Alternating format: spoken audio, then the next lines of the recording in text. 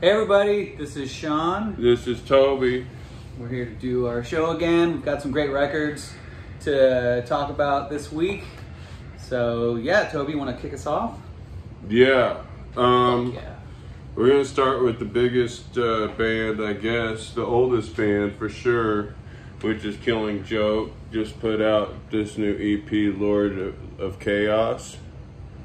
I wonder what that's a reference to. I was just reading a bunch of Michael Moorcock. There's a lot of talks about the Lords of Chaos and that, and the Elric of Menobene. I don't know, but I don't think they're referring to that. Is that like a sci-fi It's author? a fantasy series. Okay. Yeah. He, man, that's a whole 10 episodes. Michael Moorcock, he did Elric of Menobene. He wrote for Hawkwind. He was like an auxiliary member of Hawkwind. Wow. And then he wrote Black Blade with Blue Oyster Cult. And then he's like a well-known sci-fi author. And he lives half the year in Bastrop. But he's a British guy. Oh. And then he lives the other half of the year up in Canada when it's hot here. That's nice of the folks at Bastrop to Yeah, accept I him. don't know him or anything. But yeah, I've never met him. But I'd like to. He's like the mysterious dude I'd like to meet around town. That's awesome. You know? Michael Moorcock. I don't know how I go. Oh yeah, Lord of Chaos. Man, this is good stuff. I mean, the problem is there's not enough of it. This is the first thing Killing Joke has put out in 6 years, and it's kind of like a single. You know what this would be is a double single. There's basically 2 new songs. There's a redo of Big Buzz from their album Pylon that came out 6 years ago. That album is long and it's really, really good. Like, I had it around here somewhere, and I think, man, I sold some records when I was broke, like 3 years ago. A friend of mine who sells records at conventions and stuff. You sold that record? I think he picked that one up. I was like, look through the stack. I'll give you some things I can part with. I hope Jazz Coleman isn't listening to this. I'm sorry. I think I sold. I'd like to get that on CD anyway. That's a great album, Pylon. But the song Big Buzz, that's from that. It's a different mix. And then the 4th song is like, I don't know if it's jungle or techno or drum and bass or whatever it is, but it's not a band recording. It's a total dance mix. Delete and dub, Youth's disco dystopian 45 mix. So Youth the bass player. So we got Jazz Coleman singing, Jordy Walker on guitar, Youth on bass, Big Paul Ferguson on drums. 15 albums for Killing Joke, and I gotta say the quality standard is never flagging. It's just they're just a mind-blowing older band that's got together and is just as great as ever as far as I'm concerned. You know, I mean, or at least I don't know, you always compare shit to like things guys did when they were 22 and broke and had never written a song and didn't have to worry about repeating themselves or anything and could play the most obvious things. You know, but whatever. I don't want to get sidetracked on that. But these guys, for anybody, it's just an impressive career. And this is, I mean, the 2 new songs, Lord of Chaos and Total, are really good. They would have fit right in on Pylon, their last album. I thought Pylon was a compilation because it was so long. So, but yeah, I really love this record. I even like the last song, but I like it too. Yeah, I got into it. Like, I was like, what? But yeah, I listened to it at different times. I've noticed that if I listen to records when I'm at work or like when I'm driving or just laying in bed, like it'll really set the mood if I'm like patient enough to get through it. But this one was great. I didn't want to like, you know, if this record just came out by a new band, like, it wouldn't surprise me at all. I don't know, that's how relevant they sound. Everything sounds great to me, and I still can't believe they've been around since 1978. Their first album came out in 1980. But Turn to Red. The Killing Joke. Yeah. Yeah, it's yeah, Killing Joke. Yeah, October 5th, 1980. Wow. And this is their 4th EP. 15th album. I don't know how many EPs. Yeah, wow. not nearly as many. Yeah. It's cool artwork. Oh yeah, that is cool right in there.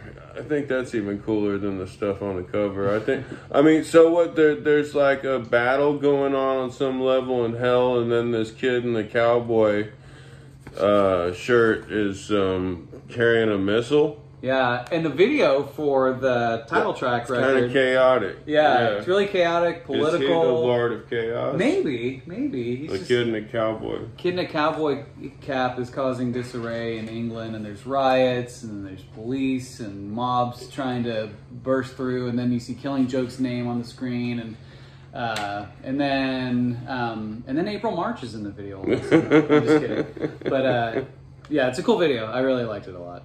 It was neat. Yeah. So yeah, it's pretty good. Not long enough. Should be longer. So it seemed like they were really prolific until their last album. Like it seemed like they had like a 6 or 7 year run before that, where they put out a good like 4 albums or something, and then they haven't put out anything in like 6 years, and then they've got this, which is like a single and a redo of a song on their last album, but. You know, I'll take it. Yeah. I'd like to hear more from them coming up soon, you know. So, yeah, London's Killing Joke. From Notting Hill. Notting Hill, yeah. From the Notting Hill part of London. Yeah, so these guys got together when they were, like, high school, for the most part, you know, or pretty young. So, good play with people you have chemistry with, you know. Even though it's 4 songs, the runtime is like 55 minutes or something. No, really? Well, it's really long. Well, the lead and dub is like 10 minutes long, and these are all like 6-minute songs. I guess so. Yeah. I guess I kind of 18, 20, so half an hour. Phase out. Yeah, so Jazz Coleman, Jordy Walker, Youth on bass. That's some good bass playing. They always have good, thick production on there. So next, we're going to come up to the reunion album of the Hellacopters, who haven't put out an album since 2008, and now they're back with Eyes of Oblivion. This is their 8th LP, and they're from Sweden? They're Swedish, yeah. So I'm going to move this up a little bit. First album with Dragon on guitar since... Paying the Dues in 1997, for anyone that's keeping track, which actually was my favorite record of theirs. But nice, yeah, I guess good to have them back, you know? So this album is dedicated to their late guitarist, Robert Dahlquist, who he died in 2017. He said he had a seizure and drowned in the tub. Jesus. Yeah, but... this album, so Nikki Anderson's been doing Lucifer for the last 4 years. I mean, so the last 2 years, Lucifer's album 3 and 4 have been in my top 20, you know, and I love what they've been doing. And he plays drums and in that band, and probably plays guitar in the studio, I'm sure. But then they regrouped the Helicopters, and this album is awesome. I mean, it took me a second to warm up to it. It took me about 2 or 3 listens, and at first, the thing that hit me is like his voice sounds like Mike Reno from Loverboy, you know, yeah. Like which is good, you know. I mean, this is very European. You know, you can see these guys playing arenas in Sweden, so they'll probably never come here, because if why they can, the fuck should they? Why would they come and play a club here in Austin when they're playing arenas at home? So, the more I listened to it, the more I liked it. I think this is a great album. Do you have a favorite? So don't tell me on 3. Do you have a favorite song on this? Yeah, but it's the obvious one. I don't know. My favorite is what's yours? 1, 2, 3. Eyes of Oblivion. Tinfoil Soldier. Yeah, Tinfoil Soldier sounds like Sweet. Yeah, right? yeah, it sounds like something off Desolation Boulevard. Okay, I didn't listen to it enough for this record to warm up on me that much as it did to you. Now, Eyes of Oblivion, he's got an accent, his Swedish accent, and the first few times I didn't know what they were saying. I thought he was saying eyes of a player. He was like, I'm seeing tonight through the eyes of a player. Playa. Yeah. Hell like, yeah, I know Mickey. But it's Eyes of Oblivion. Eyes of Oblivion. So let me just, and this is not, listen, I like this record a lot. It is very European. It's very Swedish, Swedish metal. These guys dress fucking stellar. They look great on stage. They've got the best equipment. Again, if you're paying the dues, this isn't the record. But this is, I have to say the Hellacopters have aged well. Like, this is what I expect from a band that came out with Paying the Dues in '97 and just putting something out. It's real fucking slick. But I just gotta say, and this Eyes of Oblivion sounds like a song that Johnny would have played on the new Cobra Kai show really loud during a fight scene. Like, that's what I thought of. But that's good though. Like, I love all the, throwback references to 80s metal. And I'm sure Hellacopters would find that to be a compliment because, no, it's great. In fact, I think it really reminded me a lot of Hanoi Rocks, and there's definitely, obviously Michael Monroe's a huge influence to these guys, so. But yeah, it's good. It's really good. Slick, definitely Swedish, fucking excellent musicianship. Yeah, I kind of lost track with these guys after, I had Super Shitty to the Max when it came out, and because I knew about, so I'm gonna name drop. I was having drinks with Happy Tom. Hell yeah. At Casino El Camino, and Apocalypse Dudes, Turbo Negro had just come out, and I was like, are there any other good bands around there? And he was like, yeah. He's like, the Hellacopters and Glucifer. So I was, on the lookout for both of those bands, when their first stuff dropped. And you talking about Happy Tom from Texas City? From Midland. Oh, from Midland, Texas, yeah. From the Neanderthals? Or wait, what was that band? The fucking Postman? Yeah, the But he mentioned the Hellacopters before you knew who they were. Before I knew. So yeah, when I saw their records, they were, as far as I was concerned, they were completely on the coattails of Turbo Negro. Right. As well as Glucifer. But, they've totally got their own thing. Sure. I hear a little Red Cross in there sometimes.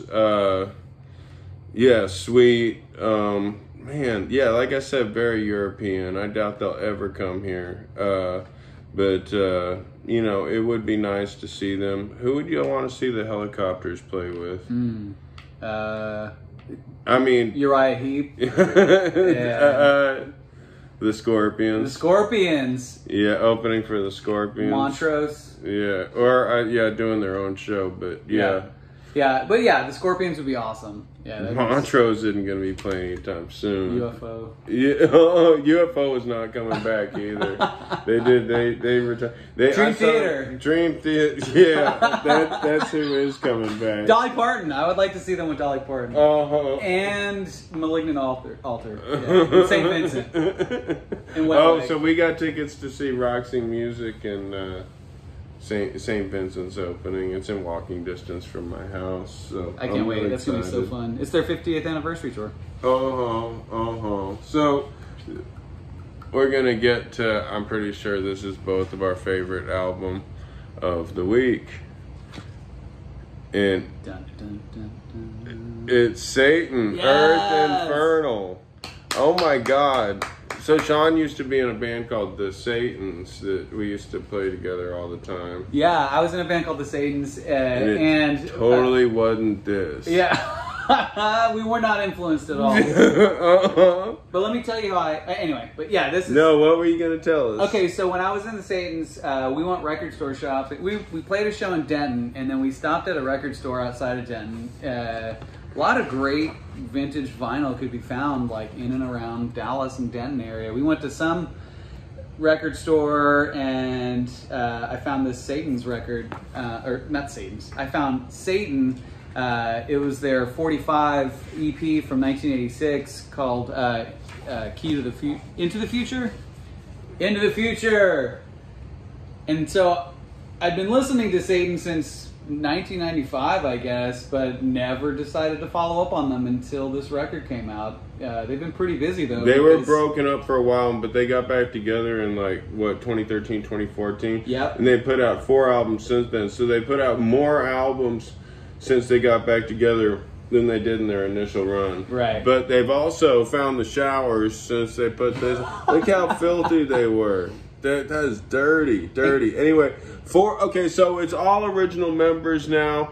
Yeah, Satan from Newcastle upon Tyne, the city that brought you Roxy Music and Venom, and who else is from there? Up in the northeast corner with the hardest to understand accents in England. Oh, Roxy Music, Newcastle upon Tyne. Brian Eno, isn't he from there also? I guess he would be, being an original member of Roxy Music. I think they met at the art school there. They probably don't live there anymore. Yeah. Dang, this album, what can I say? So it's it's 4 of the 5 guys who are on this, but this had the second singer whose name was Michael Jackson. Yeah. Right? Yeah. But not, obviously the British Michael Jackson, the lesser known. But the new singer, Brian Ross, the new old singer, is their original singer. And he sounds awesome. He sounds like, to me, he sounds like David Byron of Uriah Heep. He's great. He's really fucking good. He's very distinctive, and that's the first thing I noticed about the record, is he's got that super 70s baritone metal hard rock singing that you just don't hear a whole lot anymore. And it took me a second getting my ears attuned to it, but man, such a good album. I had been listening to their last one, Cruel Magic, came out in 2018, and I didn't buy it, but I was streaming that one a lot. And man, this stuff is solid. I mean, this might be, this tops, we're talking, it's better than the Saxon album. Yeah. They're a new wave of British heavy metal, band, and they're still representing that sound for sure. And they've got the dual guitar thing going on like Iron Maiden, and the leads sound like early Iron Maiden, Paul Di'Anno era. And I gotta say, both guitar players are just ripping it on this. There's Steve Ramsey and Russ Tippins. Dude, they slay. And their balancing act between soloing is mind-blowing. The trading off solos is really, really good. Dude, and the video that comes along with their title track, Earth Infernal. Wait, what's the video that they have for this? The song is it's called Burning Portrait. Oh, Burning Portrait. It's so fun. It's really great video. But the band is,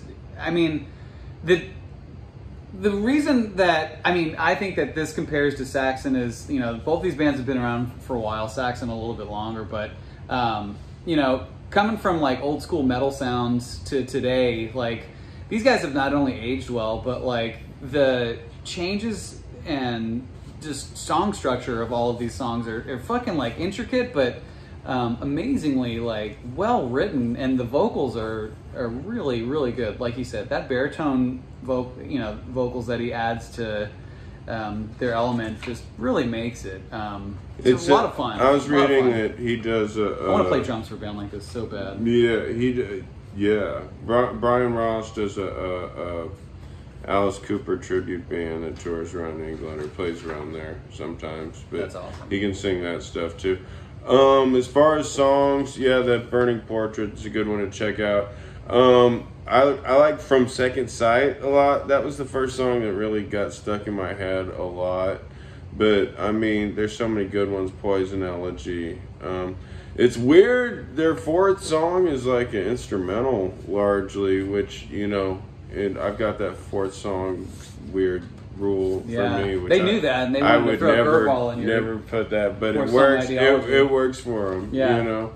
And yeah, man, the playing is great. I love the chemistry of people who've been playing together a long time, and God, I can't say enough good things about this album. I'm pretty sure that it will definitely be in my year-end countdown. Yeah, you know. I hope they come through really soon. Earth Infernal by Satan. I guess, you know, I don't know how big they are up in. I mean, they could possibly tour here. I'd like to see that. Probably see it on a package tour. I'd like to see these guys with Voivod. God damn, that'd be amazing. Because both of them have really strong albums. They kind of got their own sound that I think would complement each other. The Satan Voivod tour, I think, would be really kick-ass. And the Satans. Yeah, and then get the Satans back together. Good luck getting Satan's, Hunter, huh? Yeah, I don't know where Hunter's at, but if we found him, Satan's Voivod, and then Satan could headline. But yeah, Man, that's my favorite of the week. I'm gonna go back and get all their stuff since they got back together because they sound better than ever. Now, did Brian Ross sing for Pariah?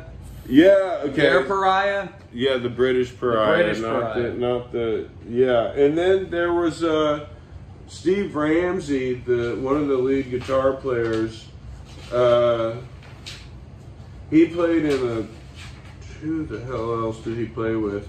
Oh, okay, so they were also called Blitzkrieg for a while. They changed their name. So it sounds like these guys never quit playing together. They just changed their name a few times. They were Blind Fury for one LP. Blind Fury, yeah. And then, yeah, Pariah.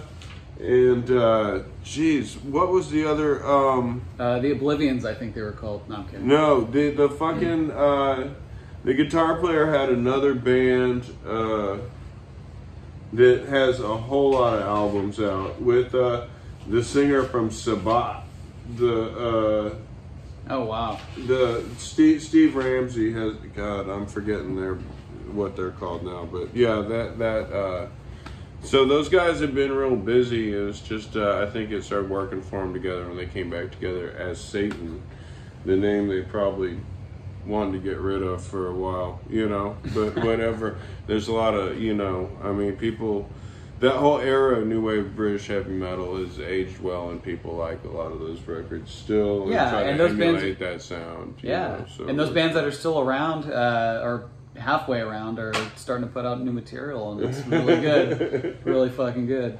So, okay, I gotta talk about someone who passed in the local music scene who was a real badass.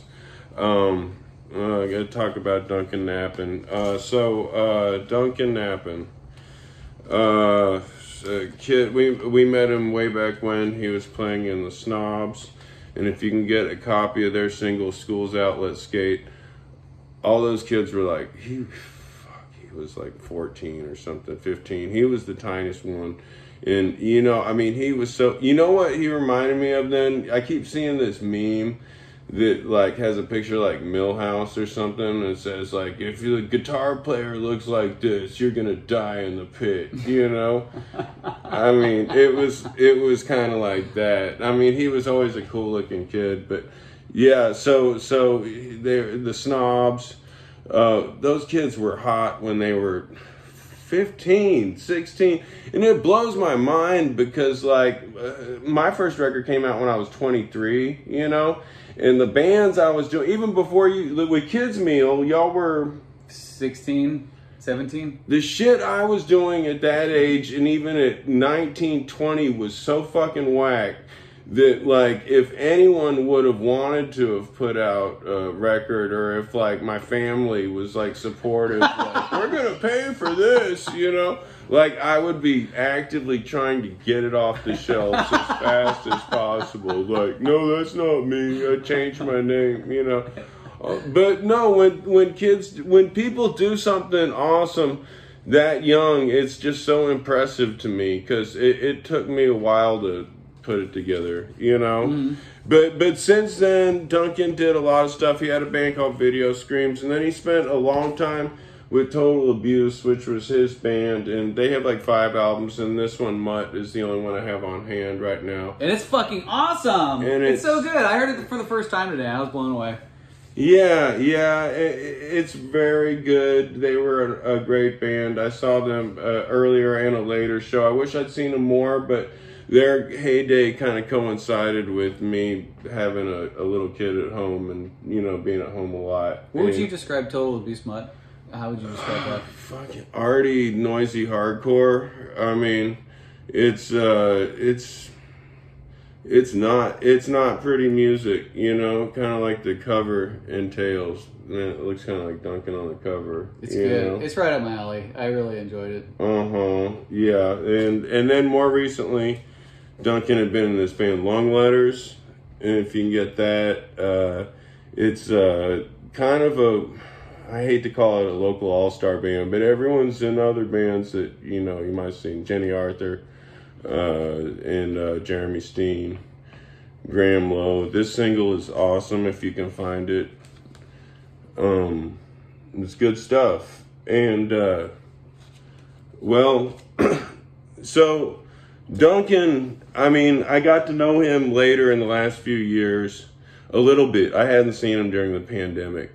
But I always think of him, I was having like a horrible day where I could feel like my mood just like going through the floor and like into the ground, and I couldn't go home, and I went to this show at the Grand, and you know, Duncan came up to me and introduced himself and was like saying like how much he liked the Motards and, you know, how much the records meant to him. And I know that sounds like a self-serving story, but it was, you know, I needed a compliment that day. I was pretty much in my lowest point like 7 years ago. And, you know, I was like, dude, you know, I'm having the world's worst day, and that means everything to me. And, you know, he gave me a hug and everything. And he always, you know, tried to keep in touch and would want to trade records with me, and, you know,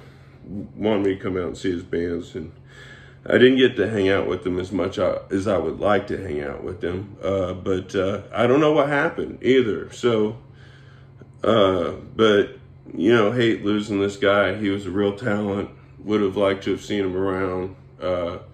He was a badass from the get-go, from a very young age, and I mean, it seems like he made it to about 35 or whatever. But, yeah, too bad we're not seeing more of Duncan Knappen. If you can check out any Total Abuse, check out any Long Letters, and if you can find the Snobs, Schools Outlet Skate. I think there's another single, is on My War Records back then.